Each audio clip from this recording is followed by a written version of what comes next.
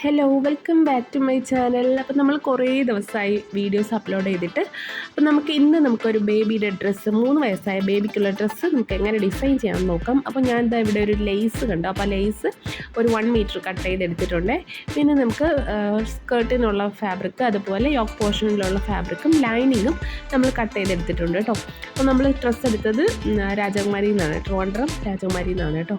അപ്പോൾ നമുക്ക് സ്കേർട്ട് ഞാനിവിടെ അംബർല കട്ടാണ് ചെയ്തിരിക്കുന്നത്, ഡബിൾ ഫ്ലെയർഡ് അംബർല സ്കർട്ടാണ് ചെയ്തിരിക്കുന്നത്. അപ്പം ഞാൻ നേരത്തെ വീഡിയോ അപ്ലോഡ് ചെയ്തിട്ടുള്ളതുകൊണ്ട് റിപ്പീറ്റ് ചെയ്യുന്നില്ല. അപ്പോൾ ഇതിൻ്റെ കട്ടിങ്ങും മെഷർമെൻറ്റും കാര്യങ്ങളും അറിയില്ലാത്തവർ ജസ്റ്റ് ഒന്ന് കമൻറ്റ് ചെയ്തേക്കണം കേട്ടോ. ഞാൻ ഡീറ്റെയിൽ ആയിട്ട് വീഡിയോ അപ്ലോഡ് ചെയ്യുന്നതായിരിക്കും.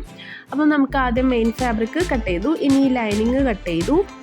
ലൈനിങ് കട്ട് ചെയ്ത് 2ആയിട്ട് മടക്കിയിട്ടാണ്, മെയിൻ ഫാബ്രിക് കട്ട് ചെയ്തത് 4ആയിട്ട് മടക്കിയിട്ടാണ്. ഓക്കെ, അങ്ങനെയാണ് കട്ട് ചെയ്യുന്നത്. ഓക്കെ, ഇനി ഞാൻ സ്റ്റിച്ചിങ് ഒന്നും ഡീറ്റെയിൽ ആയിട്ട് കാണിക്കുന്നില്ല, കുറച്ച് മുന്നേ ഞാൻ കാണിച്ചിട്ടുണ്ട്. ഓക്കെ, ഇനി നമുക്ക് യോക്ക് പോർഷൻ കട്ട് ചെയ്യുന്ന കാണിക്കാം.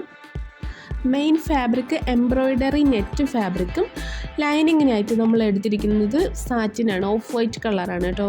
നല്ല രസമുണ്ട്, ചെറിയൊരു ഗ്ലിറ്റർ ഷെയ്ഡും കൂടി വരുന്നതുകൊണ്ട് നല്ല ഭംഗിയുണ്ട്. അപ്പം നമ്മൾ കട്ട് ചെയ്തെടുത്തിട്ടുണ്ട് 2 പോർഷനും, ഫ്രണ്ടും ബാക്കും കട്ട് ചെയ്തു.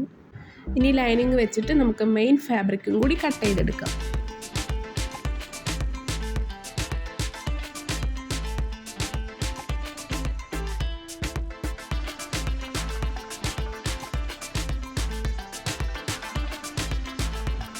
യോക്ക് പാർട്ട് പ്ലെയിൻ ആയിട്ട് ഇരിക്കുന്നുണ്ട്, നമുക്ക് ചെറുതായിട്ട് എംബ്രോയ്ഡറിയും കൂടി ചെയ്ത് കൊടുക്കാം. അപ്പോൾ ഞാനിവിടെ റെഡ് കളർ സീക്വൻസ് എടുത്തിട്ടുണ്ട്, റെഡ് ഫ്ലവറും കൊടുക്കാം. അതുപോലെ നമുക്ക് സെൻറ്റർ പോർഷനിൽ ചെറിയൊരു ബീഡ്സും കൂടി കൊടുക്കാം.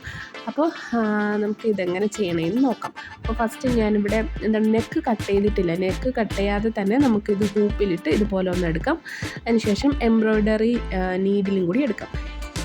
ഫസ്റ്റ് നമുക്കൊരു സീക്വൻസ് ഇട്ട് കൊടുക്കാം, അതിനുശേഷം നീഡിൽ താഴേക്ക് ഇറക്കാം. അപ്പോൾ ആ ഒരു സീക്വൻസ് അവിടെ ലോക്കായിട്ടിരുന്നോളും.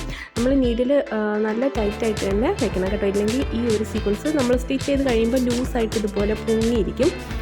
അപ്പോൾ അങ്ങനെ വരാതിരിക്കാൻ വേണ്ടി നല്ല ടൈറ്റായിട്ട് തന്നെ ചെയ്യണം. അപ്പോൾ ഞാനിവിടെ 5 സീക്വൻസ് വെച്ചിട്ടാണ് ഈ ഒരു ഫ്ലവർ ചെയ്തെടുക്കുന്നത്. ഓക്കെ, അപ്പോൾ ഇതുപോലെ റൗണ്ടിന് ഓരോ സീക്വൻസും നമുക്കിതുപോലെ അറേഞ്ച് ചെയ്തെടുക്കാം.